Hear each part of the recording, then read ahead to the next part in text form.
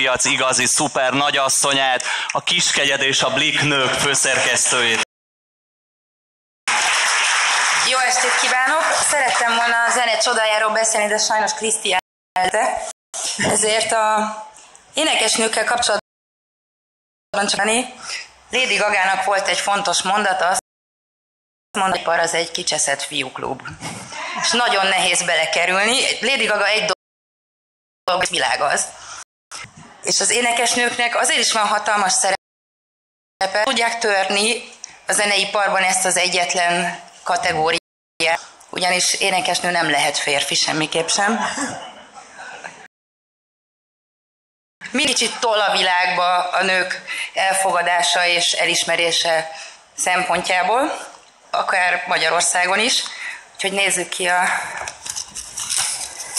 mindjárt mondom a hivatalos. A Glamour Women of the Year 2016 énekesnője díjat kapja. Ők ketten vannak. Csobot Adél.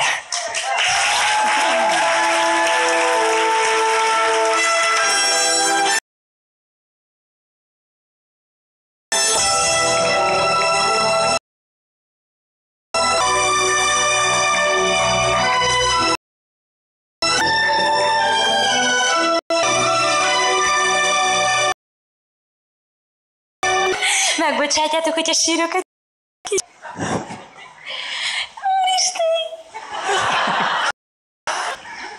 Na hát... Igen. Össze kell szednem magam, mert hogy erre tényleg nem számítottam. Úgyhogy... nehezen tudnak zavarba hozni, de most sikerült.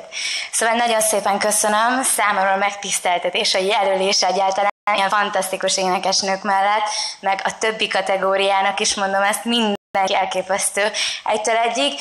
És hát örülök, hogy itt állhatok, köszönöm mindenkinek, aki segített abban, hogy egészen idáig eljussak, így 2016-ban egy kis krapákkal a pocakomban, és tényleg remélem, hogy amit elmondtam a kisfilmben, hogy 50 év múlva is mindenki tudni fogja, hogy ki vagyok, az teljesülni fog. Ugyanúgy, ahogy 2013-ban emlékszem, hogy a kis síkos ruhámban ott álltam a Glamour gálán, és azt kívántam, hogy egyszer jelölt legyek, és ezt megnyerjem. Ez sikerült, úgyhogy mindenkinek kívánom, hogy így váljon az álma valóra. Nagyon szépen köszönöm.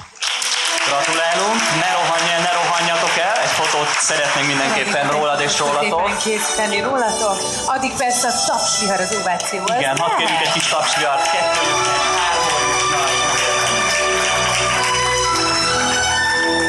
az én énekesnő kategóriának, tehát az idei győztesre Csobot Adél!